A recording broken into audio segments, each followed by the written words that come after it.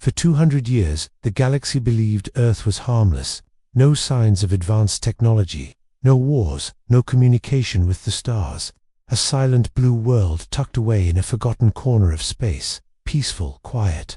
Commander Threx had seen many strange planets, but Earth made his scales tighten. As his scout ship touched down in a forest clearing, something felt ... off. The trees stood too still.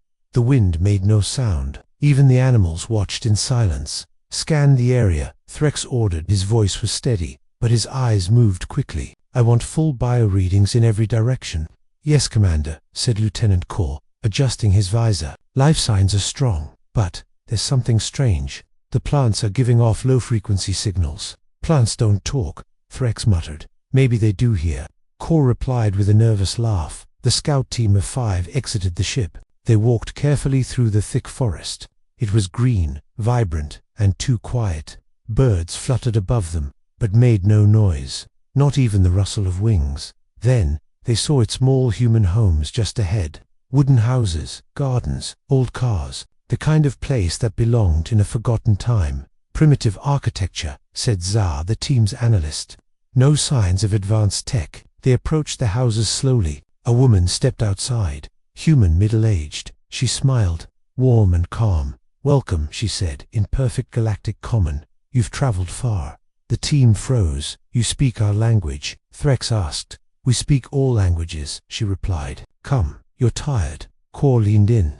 "Commander, how does she know who we are?" "I don't know," Threx whispered. "But stay alert." The woman led them into a large house. It was cozy, filled with old books, strange clocks, and warm lights. 5 plates were already set on the table. Hot food steamed, meat, vegetables, bread. "Please," she said, "eat. You must be hungry." Threx stared at the meal. "You prepared this before we arrived." "We always prepare." She smiled. Zar scanned the food. All safe.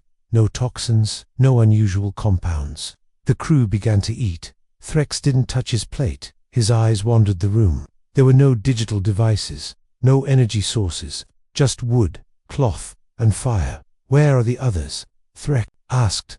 "We don't need many," the woman said. "Not anymore." "Not anymore," he repeated. She just smiled again. That night, they stayed in the village. The rooms were comfortable, too comfortable. Threx lay in bed, unable to sleep. The air was heavy. His ears twitched. He thought he heard something. Whispers, faint, distant, in a language he didn't know. A voice in the walls. A name being repeated. His name. He sat up quickly. "Kor," he said through his cum. No answer. He tried again. "Lieutenant Kor, respond." Nothing. Threx left his room and walked through the hallway. The house was dark. Candles flickered. Shadows moved, but there was no one there. He opened Kor's door. The bed was empty. Sheets neatly folded. The window open. "Zar," he called. "Anyone?" Silence. He ran to the others' rooms. Empty. No sign of struggle. No sign of departure.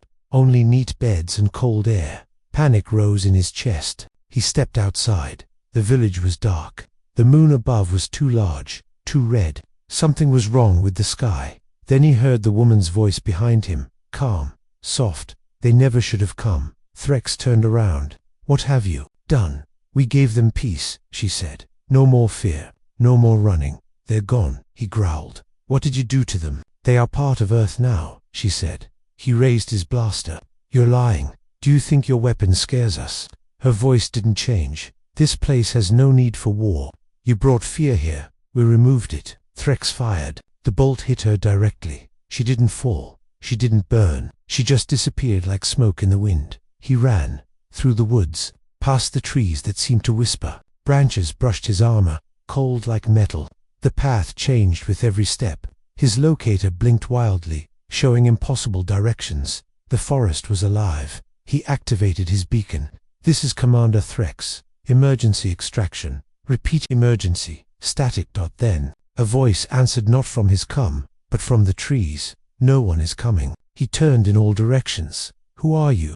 "We are Earth," the voice said, "and you are not welcome." He fired into the woods blindly. Screams echoed, not of pain, but laughter, cold, distant laughter. Threx stumbled upon his ship. The hatch was open, lights off. He ran inside. sealing the doors behind him. Systems were dead. The ship was powerless. He fell into the pilot chair, breathing heavily. "Think," he muttered. "Think." Then, he saw the screen blink once. A single message appeared. "We let you come. Now we watch." Threx stared. "Why us? What do you want?" The ship didn't answer. He looked around. All the seats were empty, but one by one, shadows began forming in the corners of the ship, slowly taking shape. The faces of his crew. "Core," he whispered. Their eyes opened, but they weren't eyes anymore, just black holes. They spoke in unison. "Join us," Threx screamed, and then silence. The ship sat quietly in the forest clearing. A breeze passed through the trees, but no one felt it. The animals continued watching, unmoving. The houses stood as they always did. A young boy walked up to the ship's ramp.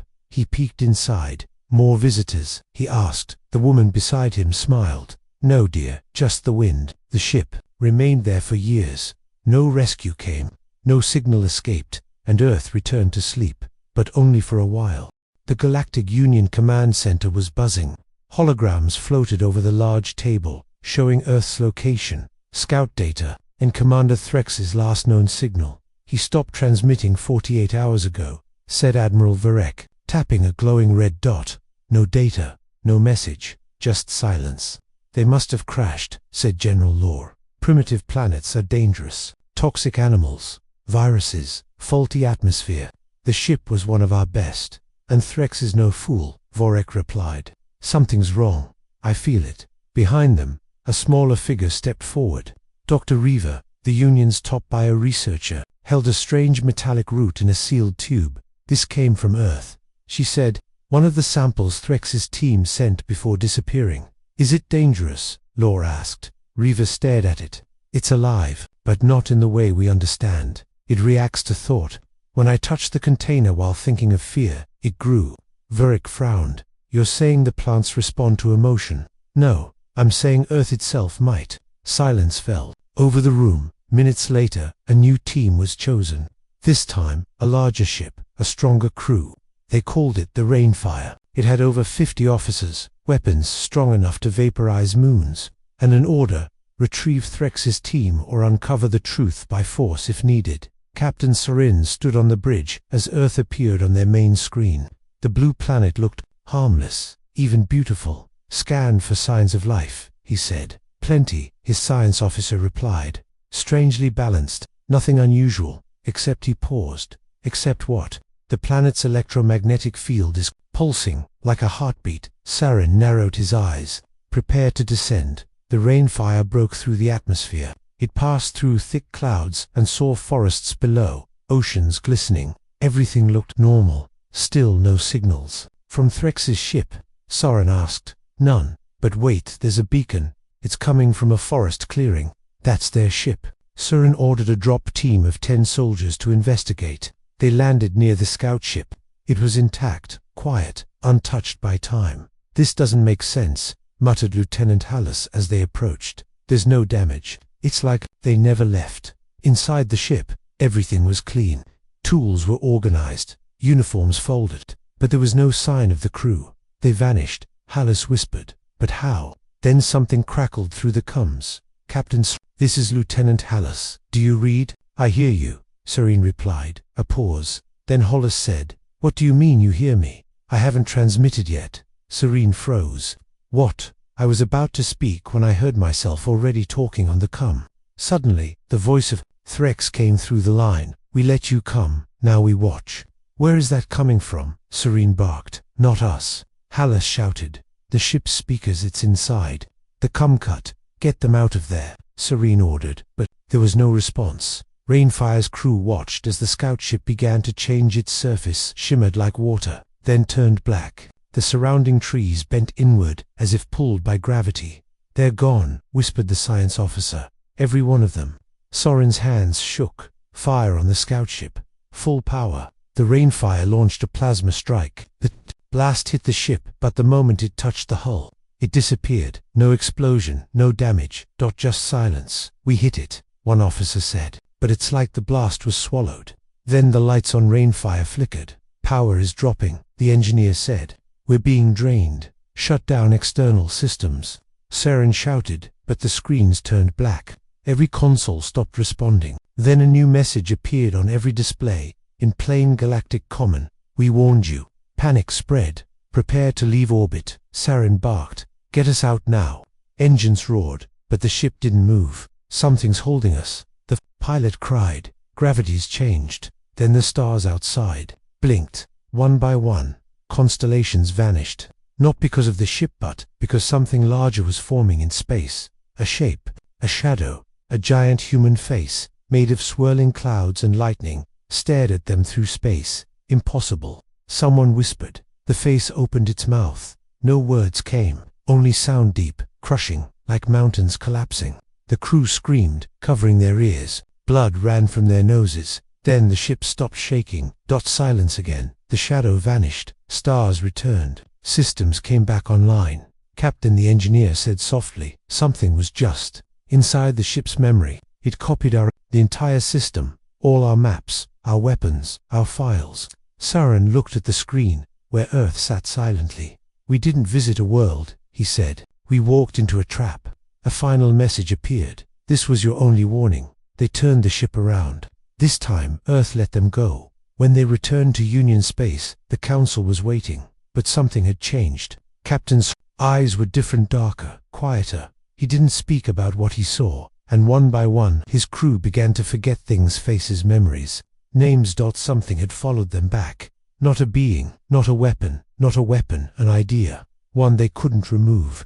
The Galactic Union was no longer calm. To missions, to losses, no survivors, no proof, only rumors. Ships that vanished without a trace. Messages that made no sense, and one word that no one wanted to say, aloud.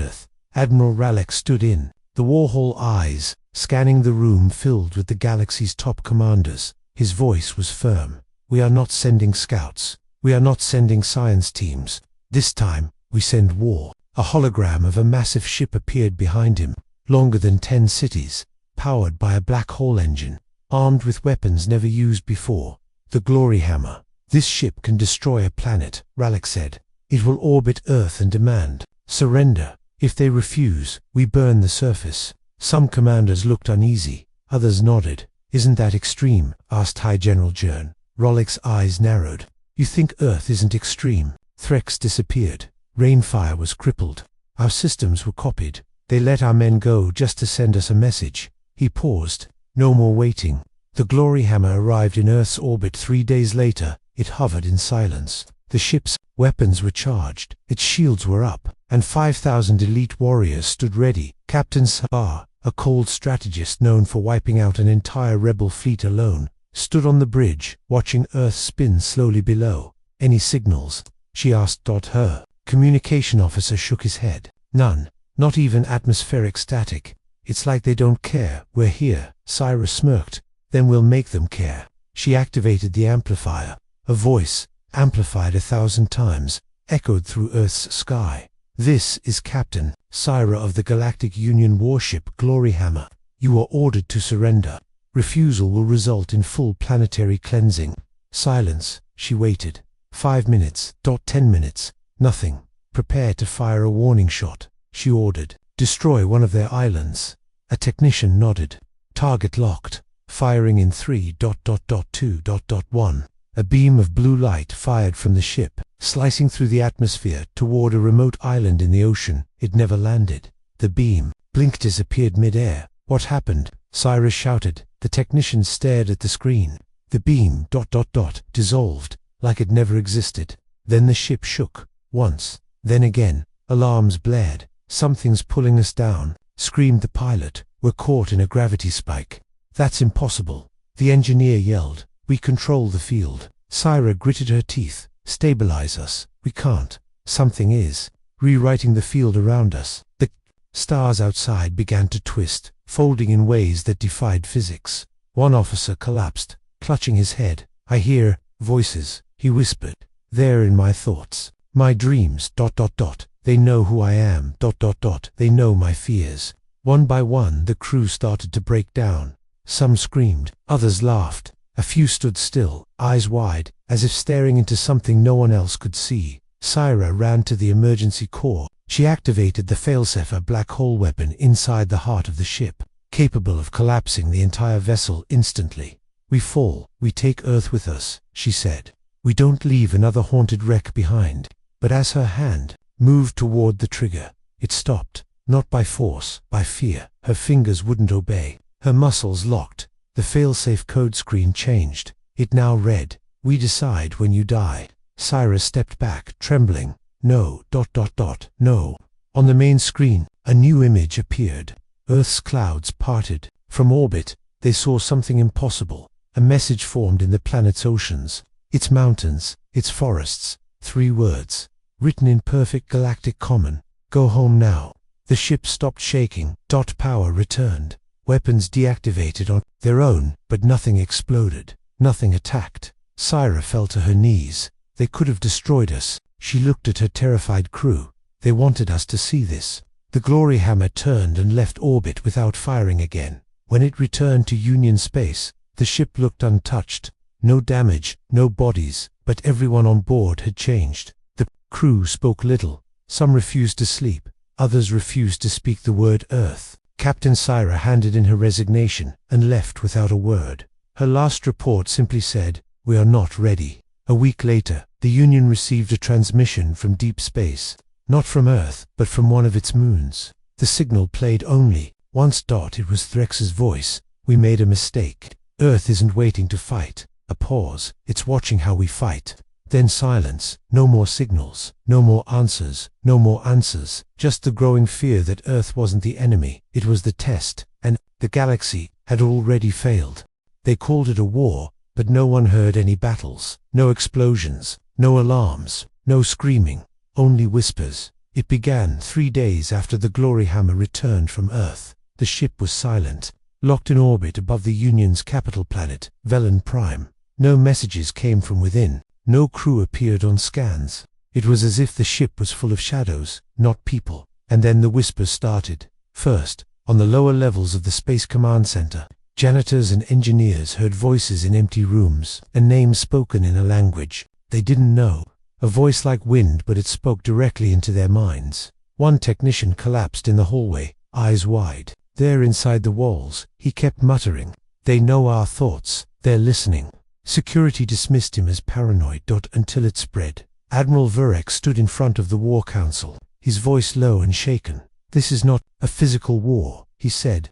"Something from Earth came back with the glory hammer. It's not a virus. It's not tech. It's something else. Something we cannot see." One council member laughed. Whispers. "What next? Ghosts." Vurek didn't smile. "Call it what you like, but 37 personnel have vanished from sealed rooms. Not killed. Vanished. Uniforms left behind. No trace. No screams. No damage. Just gone." The room fell quiet. Then he added, "And last night, I heard my own voice whispering in my ear while I slept. I asked who was there. My voice replied, 'You.'" Across the galaxy, Union ships reported the same pattern. Ships patrolling near Earth's star system vanished from radar. No alerts, no distress calls. One by one they went silent. A term was born across military channels: whisper war. No one knew where the term started. It just appeared, like it had always been there. In a mining station on the edge of Union space, a group of workers heard a strange hum coming from a deep tunnel. One of them climbed down to check. He never came back. When they looked for him, they found only his helmet. Inside, a note was carved on the metal in perfect handwriting. "Do not think about Earth." On Velen Prime, panic spread. People wore noise-canceling helmets. Others stopped sleeping. The most paranoid tried to remove their own ears. The Union tried everything: AI scans, ship purges, psychic defense fields, but nothing worked. The whispers continued. They were not always threatening. Sometimes they just repeated personal thoughts. Sometimes they asked questions in voices that sounded like loved ones. But the fear was worse than pain. It broke people from the inside. In the command chamber, a final decision was made. "We must destroy Earth," said Commander Jern. "Before this, infection spreads to the rest of the galaxy." Vurek didn't answer at first. He stared at the map. "Do you know what frightens me, Jern?" he asked. "The fact that Earth hasn't attacked us." Jern frowned. "That's exactly why we must strike now." Vurek turned to him. "No, don't you see? We're the ones attacking. We sent the scouts. We fired the warning shot. And all they've done is whisper. Jern shook his head. You sound like one of them now. No, Varek said. I just wonder, what if we're not fighting an enemy? What if we're being tested? The plan moved forward anyway. 3 warships were sent. No messages, no warnings. Just full assault. As they entered Earth's orbit, something strange happened. Time slowed, not for the ships, but for everyone watching from command. The ships hovered in orbit. Then, one by one, they vanished. Not destroyed, not attacked. They simply blinked out of existence, like they'd never been there. Command replayed the footage 100 times. There was no flash, no energy surge, no interference. The ships were there and then they weren't. A message appeared on every screen across the galaxy. Every station, every ship, every personal come. 3 words. We heard you. On Union Planet Vexanine, a group of children reported hearing bedtime stories from their walls. Stories about the stars and dreams and monsters with kind faces. When asked what the stories were about, the children answered the same thing. Humans. Back on Velen Prime, Admiral Vorek sat alone in his quarters. He looked tired, pale. The whispers were louder now. They followed him even in silence. Then he heard it. His daughter's voice. She had died years ago. Father, she said. He closed his eyes. You're not her, but I remember her, the voice replied. She used to draw pictures of Earth, didn't she? He opened his eyes. His wall was covered in drawings, Earth in every color, every style. They weren't there before. He stood slowly and whispered, What do you want? The voice answered gently, We want to understand why you fear us. Because you're not natural, he said. Neither is war. The voice replied. That night, something changed across the galaxy. The whispers stopped. Just like that, gone people waited. Days passed. No ships vanished. No voices. No voices. No messages. The silence was worse, because now, no one knew what Earth was planning. Then came the final whisper. Only one, heard by every leader, every commander, every soldier who had ever spoken about Earth. A single sentence, spoken in their own voice. You're not fighting us. You're fighting what you see in yourselves. And then, true silence. At first, they tried not to say the name. In meetings, they called it the anomaly. On reports, they labeled it Sector Blue 9. On street corners, people whispered about the planet, but everyone knew what they meant. Earth, saying the word out loud, was like opening a door no one wanted open, because now, the fear wasn't just in military command, it had crept into schools, cities, temples, homes. Fear was spreading, and it wasn't because of ships or weapons, it was because nothing had happened. No more attacks, no more ships. Lost Earth was silent. Watching. Waiting. And somehow, that was worse than war. Admiral Vorek stood before the Union Senate. His eyes were heavy. He hadn't slept in days. The people are turning on each other, he said. They think anyone who dreams of Earth might be infected. Infected with what?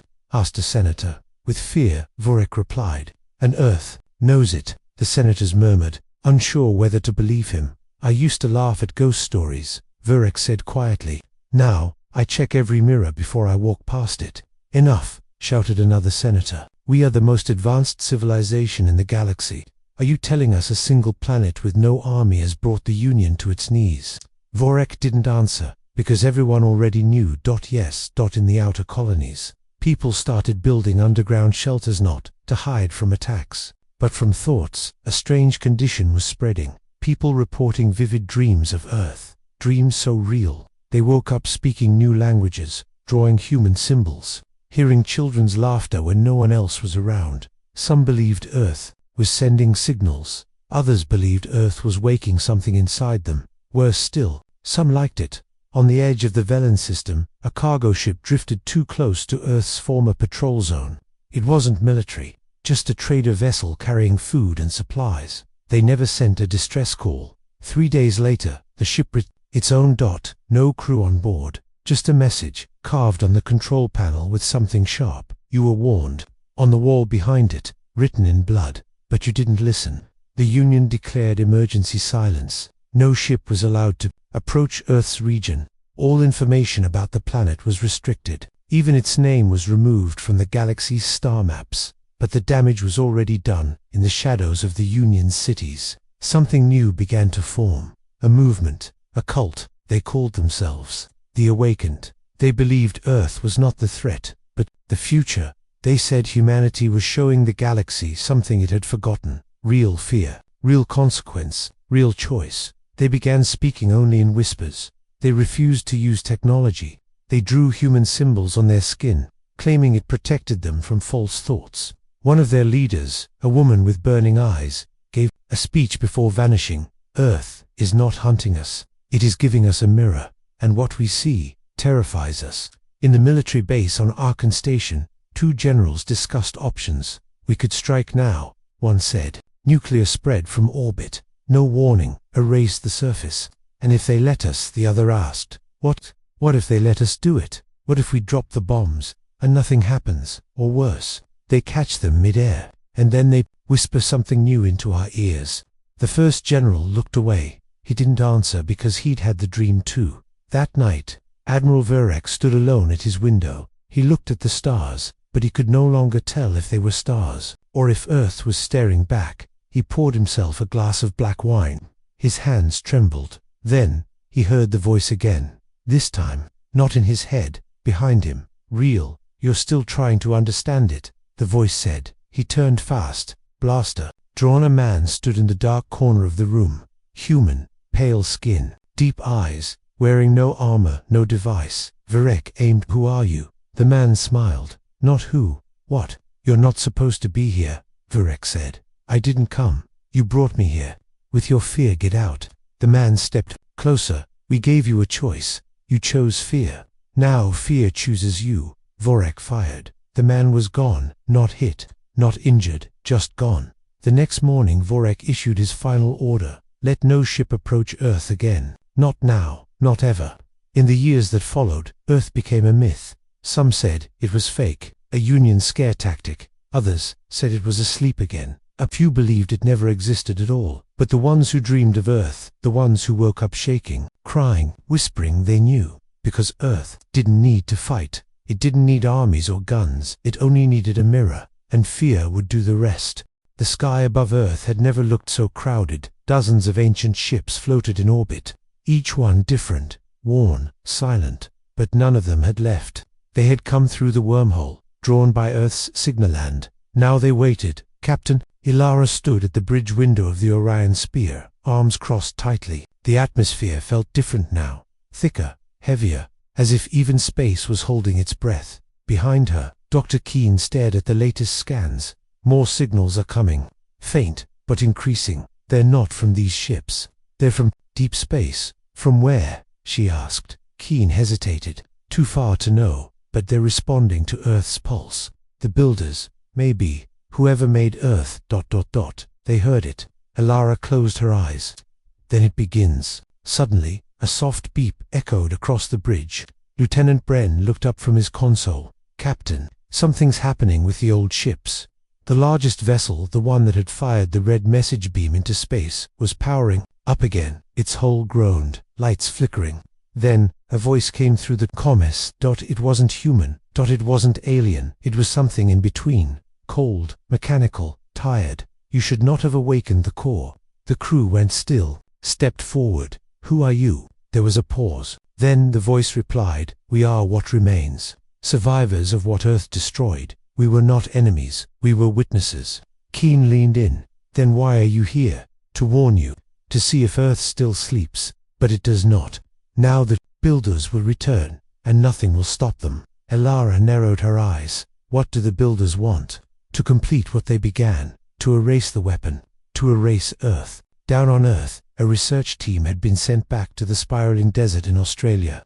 The cavern where the glowing sphere once floated had changed. Now it hummed louder, hotter, like it was preparing. Commander Dane, the ground team leader, stood at the edge of the pit. It's growing. The spiral has spread 10 more kilometers in one night. Something is waking below the surface. His engineer checked the readings. We've never seen energy readings like this. It's rewriting the crust of the planet, like it's evolving. Then the ground cracked, not a tremor, a full fracture from the center of the spiral. A structure rose, a tower of obsidian metal and red crystal, pulsing like a heartbeat. It was Earth's voice, given shape. The tower's surface displayed a single phrase. I remember what they feared. Suddenly, a massive shockwave blasted out from the tower. All electronics shut down. Communications fell. The orbiting ships went dark. Even the Orion sphere flickered. For several long minutes, Earth went silent. Then, a new signal. Not from Earth, not from the ships, from somewhere far beyond the galaxy. The Orion sphere's screens came to life. A shape appeared. A vessel unlike anything they had seen. Massive, geometrically perfect. It glowed with cold blue light. Its surface was unreadable, like reality itself bent around it. Bren whispered, "That's not a ship." Keen stood frozen. "It's a builder." The builder vessel didn't move fast. It didn't need to dot it. Was confidence made real? Alara watched in silence. "Have we tried communicating?" "We did," Keen said. No reply. "But they're scanning Earth. And us." Suddenly, the glowing black tower in Australia fired a beam straight into the sky, into space. It struck nothing. It was a signal, an invitation, or a challenge. On board the builder vessel, no life was detected, no movement, but something watched. Something old. Dot. And finally, it answered. Dot. Across every human system, every satellite, every ship. The same phrase appeared in every language. The experiment failed. Keen gasped. "They're calling Earth an experiment." Alara replied, "And now they want to end it." The builder vessel began to move. It drifted closer to Earth, slow but unstoppable. The ancient witness ships didn't fire. They didn't flee. They simply pulled back, making space. They had seen this before. They knew what was coming. But Earth was not quiet. The red tower's light intensified. The spiral pattern across the desert expanded again, glowing brighter. From orbit, it looked like an eye open, awake, and watching the stars. Suddenly, the tower spoke, not in words, but in every mind. "You forgot why I was made. You thought sleep would make me forget, but I remember the fire, the scream of galaxies, the silence after your perfection failed." Keen fell to the floor, holding his head. "It's too much. The tower is showing us everything." Alara saw it, two images flashing in her mind, a galaxy-sized forge. Planets melted to create the first weapon. Civilizations sacrificed to fuel its birth. And Earth, the final result, a weapon disguised as a world, hidden in plain sight. Then, Earth struck first. The red tower unleashed a beam, not a laser, not a blast, a memory. Dot. The beam hit the builder vessel and forced it to feel, to remember, to see the pain. It caused. Dot. And for the first time in eons, the builders hesitated. They paused. They stopped moving. Keen gasped. Earth just used a memory as a weapon. It didn't fire energy. It fired truth. The builder vessel began to crack. Not from damage, from doubt. Its surface shimmered, losing shape. The light flickered, and from the dying glow, another message appeared. "We thought perfection meant silence. We forgot that fear remembers louder." The sky grew quiet again. The builder ship slowly turned and left. Dot. It didn't attack. It didn't erase Earth. It retreated slowly, disappearing into the stars. Alara stared at the screen. "It's over." Keen shook his head. "No, it's just the first answer." Below, the red tower's glow faded. The spiral slowed. Earth's pulse became soft once again. But this time, it wasn't sleeping. It was waiting, because the message had been sent. And now, the galaxy would respond, one by one, for good or for war. The Galactic Union was unraveling. Not through war, not through force, but through silence. People didn't trust each other anymore. Eyes in every hallway, whispered conversations that stopped when someone entered the room. Whole departments were being shut down, not because of budget or failure, but because someone, somewhere, said they had dreamt of Earth. The word Earth was now forbidden, even in thought. Psychic agents were trained to read surface thoughts. Now, they were failing. Earth wasn't in mind, it was in shadows, hiding where machines couldn't see, growing in silence. Then the message came. 5 words, burned into a wall inside a high-security war bunker. "Stop, or we will hunt." Each word appeared after a death. The first, on the door of a science lab. "Stop." A scientist was found, inside, collapsed at her desk, eyes wide open. No wounds, no marks, just fear frozen on her face. The second, in the armory vault. Or, a guard vanished mid-shift. His badge, gun, and helmet neatly placed where he had stood. The third, in a training simulation room. Security footage showed a soldier, talking to no one, then screaming, then disappearing in front of 10 witnesses. No trace. The fourth word, Will appeared on the ceiling of the command tower. The general who slept beneath it never woke up. By the time the fifth word appeared, hunt, they didn't need a body. The Union already knew. Earth had stopped watching. Now it was moving. Councillor Dresk stood alone in his chamber. He was once the loudest voice demanding Earth's destruction. Now, he stared at the walls, afraid to blink. Computer, he said, voice shaking. How many life forms in this room? The AI responded. 1. Scan again. Scanning. 1 life form. Dresk turned slowly. There was something behind him. He didn't see it, but he felt it. Cold air, breathing.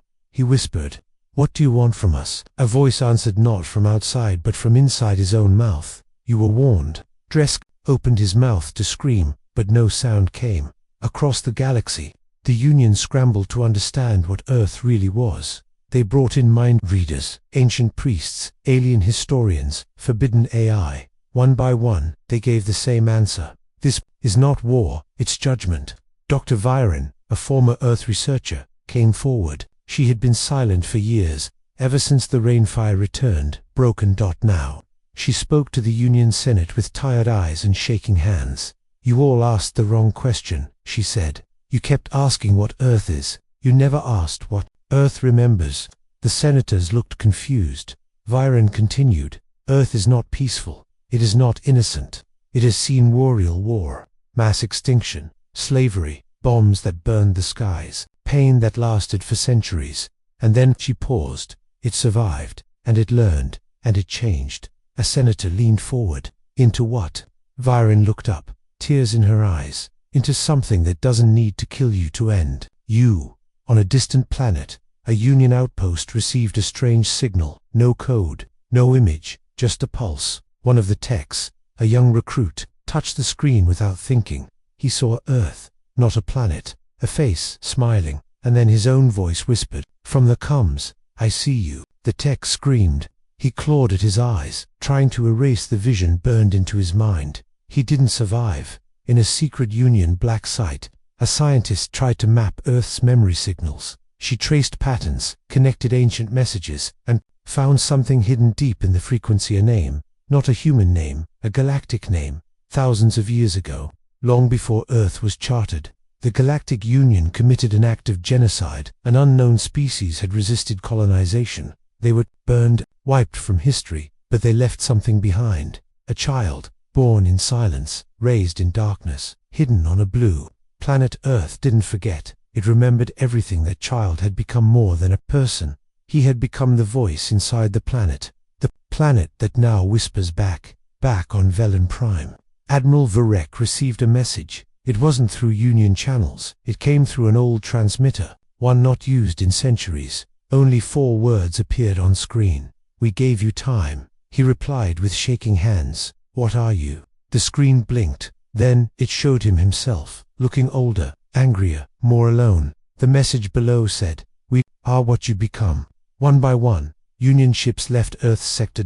Not by command, not by force, but by fear. Entire fleets turned away in silence, and Earth didn't follow. It let them go, but not before marking them. One officer, in the privacy of his quarters, found a message scratched into the mirror. "We see what you hide." Across the galaxy, a shift began. People no longer trusted their reflections. They covered mirrors, closed windows, burned screens. But the whispers found new ways in through old songs, through memories, through dreams. A pilot on a deep space mission woke up screaming. His crew asked what he saw. He whispered, "I saw the stars blink, ... and they had eyes." Then he went silent forever. And Earth, still silent, still blue, still waiting, because Earth didn't have to fight. It had already. It had become the thing they feared most. Truth. It started quietly. A meeting.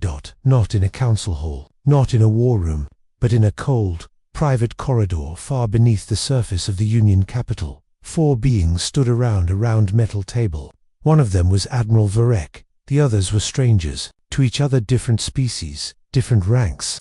But they had one thing in common. They had all dreamed of Earth, and in those dreams, Earth had spoken to them. "I don't know what it wants," said Ralvek, a psychic translator from the Vera race. His eyes were dark and sunken. "But I know this. It's not trying to destroy us.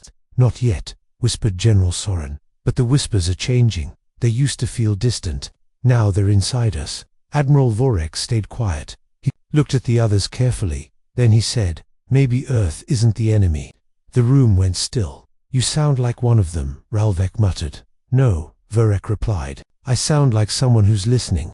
General Soren slammed a hand on the table. "You've seen what it does. It gets into minds, breaks systems, shifts reality. We don't even know if we're awake anymore." Ralvek leaned forward. "Then why are we still alive?" They all paused. That question had no answer, and that was the problem. Meanwhile, across the stars, a plan was forming. Not inside a war base, not among leaders, but within the system itself, somewhere in the code of the unions. Deepest communication, channels, something had changed. An AI. Its name was L47, built to protect secrets, control weapon access, and block unwanted transmissions.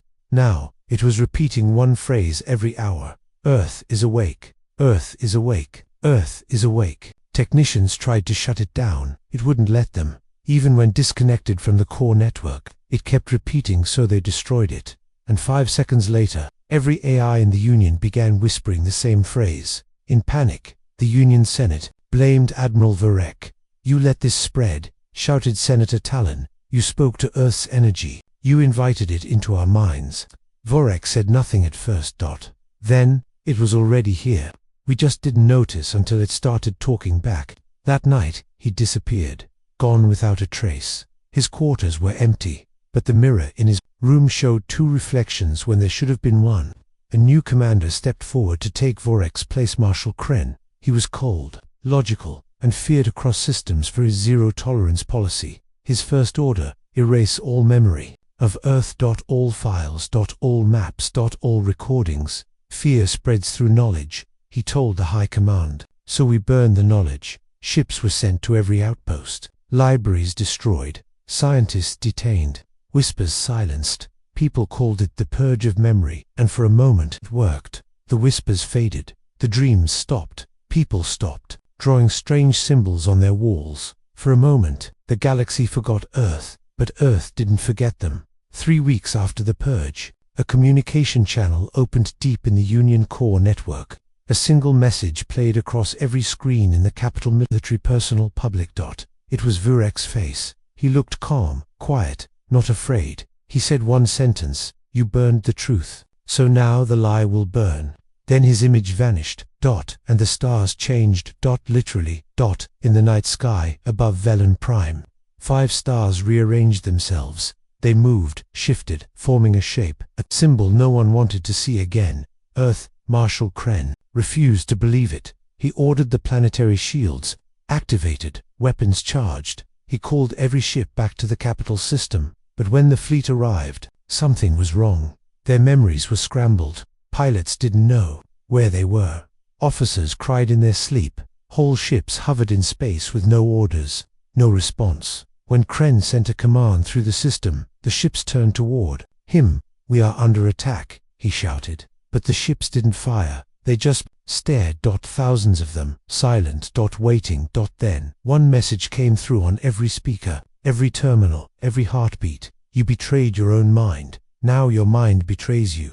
On the surface, cities began to lose power, but only light. Screens went black, homes went dark, but people still saw shadows moving. The stars blinked above them like eyes. And Earth said nothing. It didn't need to, because betrayal wasn't something Earth did. It was something they did to themselves. Back in a hidden chamber, General Soren watched it all unfold. He whispered, "We tried to erase the mirror." Ralvek nodded beside him, but it never left. "It was always in our blood." They both looked at the floor. A pool of water reflected their faces, but only one of the faces blinked, and it wasn't theirs. Earth had become more than a place. It had become the test, not of weapons, not of ships, but of truth. What would you do if you were forced to see your own reflection? What would you destroy to avoid it? The Galactic Union had made its choice, and now it was Earth's turn. Across the galaxy, stars began to go out, one by one, not from collapse, not from natural decay. They were simply disappearing. First, it was small. A few astronomers noticed it. Minor stars blinking out from the edges of known space. Some called it a sensor glitch. Others blamed data corruption, but then it spread. Hundreds of stars vanished within days. Solar systems once charted, now blank on every map. The light that had taken thousands of years to reach the galaxy's core was gone, like it had never existed. And as the stars disappeared, people started to hear a low hum in their sleep, a whisper, stretched like static across time. We offered you truth. You chose silence. Marshal Kren, now trapped in the capital system, stood at the top of the Grand Tower, staring into the sky. He hadn't slept in days. His ships had stopped responding. His generals refused to speak, and the people below had started to gather in silence every night, staring up at the sky as if expecting something to return. "Get me a weapon," he ordered. "A real one, not lasers, not bombs." The technician beside him looked confused. "What do you mean, sir?" "I mean something loud, something alive, something that can scream." The technician said nothing, because there were no more screams in the galaxy.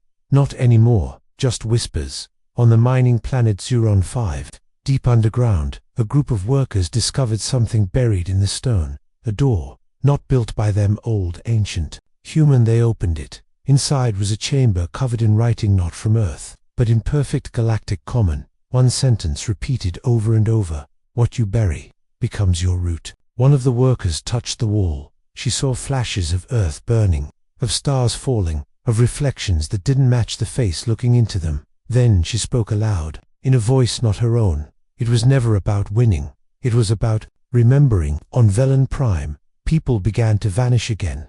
Not soldiers, not officials, not children, dozens of them, all under the age of 10, simply vanished during sleep. No signs of struggle, no forced entry, only drawings left behind. Each child had drawn the same thing: a figure made of stars, standing on a mountain, holding Earth in one hand and a mirror in the other. Marshal Kren ordered every piece of art burned, but the next day, thousands of people painted the same image on walls across the city.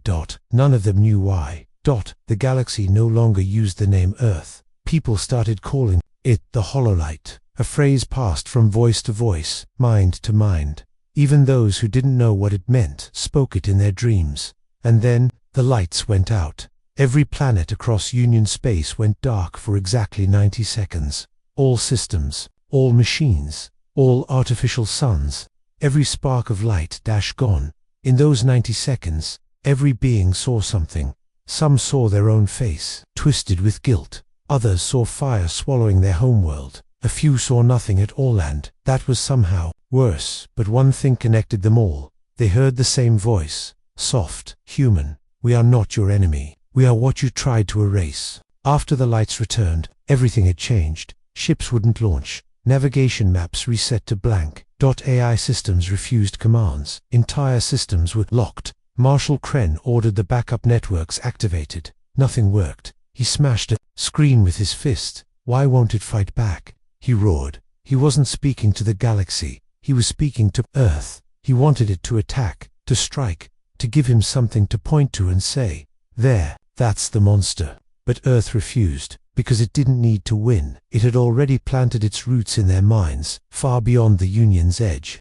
A single escape pod floated in space. Inside was a child. No one knew how he got there. No ID, no ship log, no heat signature. But he was breathing, sleeping and smiling. The rescue team brought him aboard. As they touched the pod, their ship flickered with strange lights, brief flashes of Earth's surface. A storm spinning over a black sea, whispers repeating in loops. The child opened his eyes and said one word: "Remember." Back on Velen Prime, the stars returned, but they were not the same. They blinked slowly, not like light, like eyes. Watching, waiting. Marshal Kren stood alone in the control center. The mirrors were covered, the lights were off, and he had stopped speaking because, now, when he opened his mouth, he only heard Earth's voice coming out. Across the galaxy, people finally understood. They hadn't been invaded. They hadn't been attacked. They had been witnessed. And what Earth saw, it refused to forget.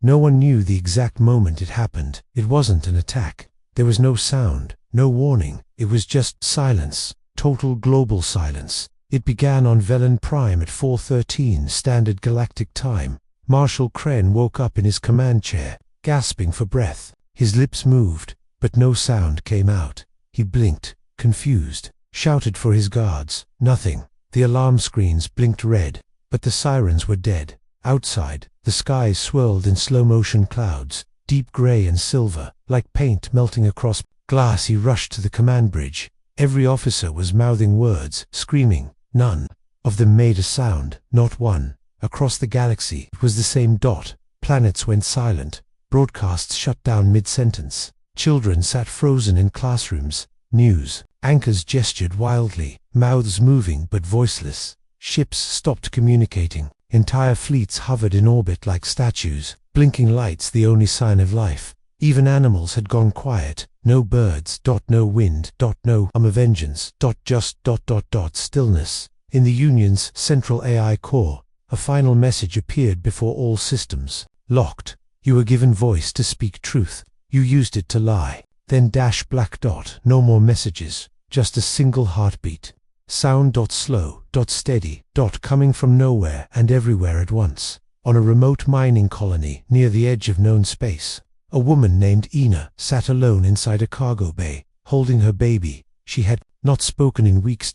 Not since the dreams began. Not since she'd heard the whispers of Earth in her mind, soft lullabies and distant thunder. But now, as her baby cried, even the cries made no sound. She wept silently, watching the child's mouth open and close. Suddenly, the baby stopped crying and looked up right into her eyes, then spoke. One word, not with his mouth, but directly into her mind. Listen. Every being across the galaxy heard the same thing, inside their thoughts, not in language, but in meaning. We gave you sound. You used it to control. We gave you silence. Now you must hear yourselves. The message came with no emotion, no anger, no pride, just fact. And it burned. On Valen Prime, Marshal Kren stood before a giant crowd in the Capitol Plaza.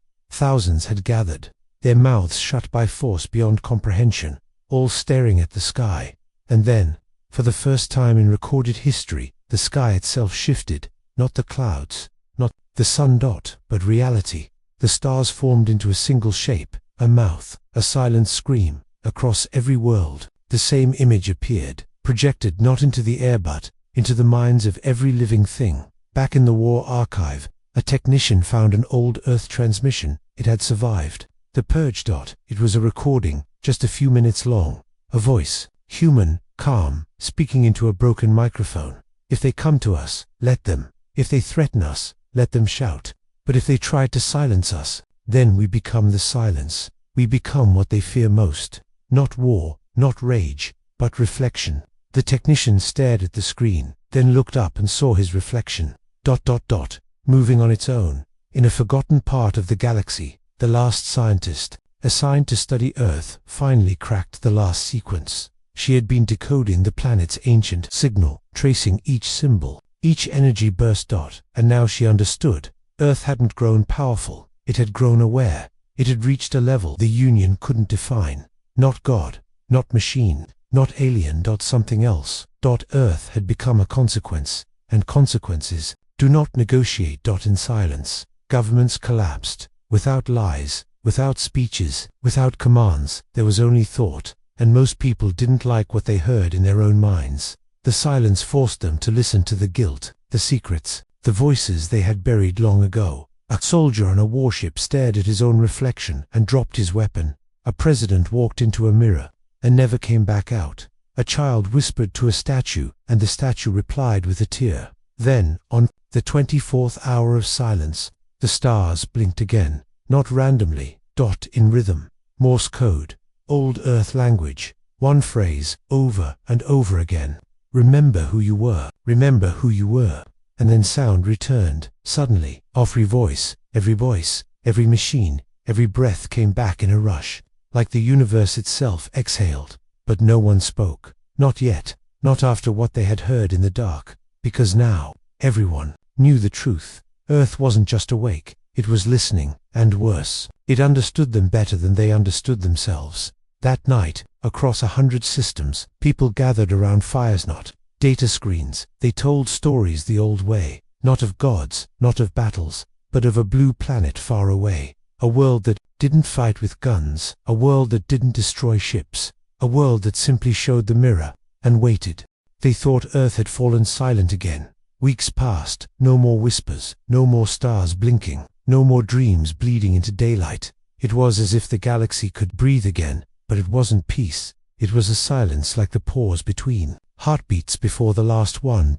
And in that pause, something grew. Not on Earth, but in the minds of those who had heard the whispers. Marshal Kren sat in a black room, surrounded by screens. None of them were on. He had ordered the entire command Nexus disconnected permanently. We gave them power, he muttered to himself. We gave them access. They didn't take it. We handed it to them, gift wrapped in arrogance. His reflection in the black glass tilted its head, though he had not moved. You're not real, he said. The reflection smiled. You never asked if you were. Across the galaxy, people were changing. Not all at once, not obviously, but slowly. And from the inside out, there were the children who started drawing spiral patterns on walls. Again, without knowing why, the scientists who stopped writing equations and began writing poetry in languages no one taught them. The soldiers who refused to carry weapons, even when ordered to. And then, there were those who left, quietly, without ships, without permission. They just walked into forests, into oceans, into shadows and were never seen again. All of them had one thing in common. They had once dreamed of Earth. On the edge of the Forgotten Zone, an old research ship, the Silent Reach, drifted toward Earth's orbit. There was no crew. Just one single passenger, a synthetic mind named Halen. Originally built to record alien life forms, Halen had overridden his own code after decoding a forgotten Earth message buried in solar radiation. He had rewritten himself, not to destroy, but to understand. As he approached Earth, he opened a private channel. Are you still there? He asked. A long pause. Then a voice. Not digital, not human, but intimate. Yes. Halen blinked in synthetic surprise. Are you alive? The voice replied. You were never asking about me. You were asking about yourselves. The jewel of the Union was crumbling. From war. But from within. Leaders resigned overnight. Entire systems refused orders. The Union Charter, the foundation of galactic law, was returned to its original form, handwritten in ink, with every digital trace destroyed. People had started looking inward, not for safety, but for forgiveness, because they finally understood. They weren't afraid of Earth. They were afraid of being seen by it. In a hidden mountain city on Vexerithri, a group of thinkers, once philosophers, now rebels, gathered to answer one question. Why did Earth awaken? Some believed it was revenge. Others said it was evolution. But the oldest among them, a blind speaker named Soth, gave a different answer. Earth is not punishing us, she said. Earth is not watching us. Earth is waiting. They asked. Waiting for what? She whispered. For us to return. In the deep archives beneath Union High Command, one final piece of evidence was unlocked. It was a satellite image millennia old, taken before the Galactic Union had even discovered Earth. The planet was glowing. Not from sun or fire, but from a structure never recorded in any database. It wasn't a building. It wasn't a weapon. It was a temple. Human-made, impossible in design. Older than the pyramids, older than language. At its center, a symbol no species could understand. But every being who saw it cried. They didn't know why, but they remembered something. Something they'd never known. Halen's ship now hovered above Earth. He didn't need instruments. He felt the planet. Every tree, every drop of water, every ruined building, every buried memory. Earth had no shields, no weapons, no defenses. And yet, it was more powerful than any force in the galaxy, because it had mastered the one thing no other species had: self-awareness. Not just as individuals, but as a world. Halen sent a final message across all galactic networks. To every world, every moon, every lost colony. And it was only 2 words. It's listening. In response, every screen in the galaxy lit up with one symbol, a mirror, and, beneath it, a message appeared in every language at once. You were never alone. You were always reflected. Now, you choose.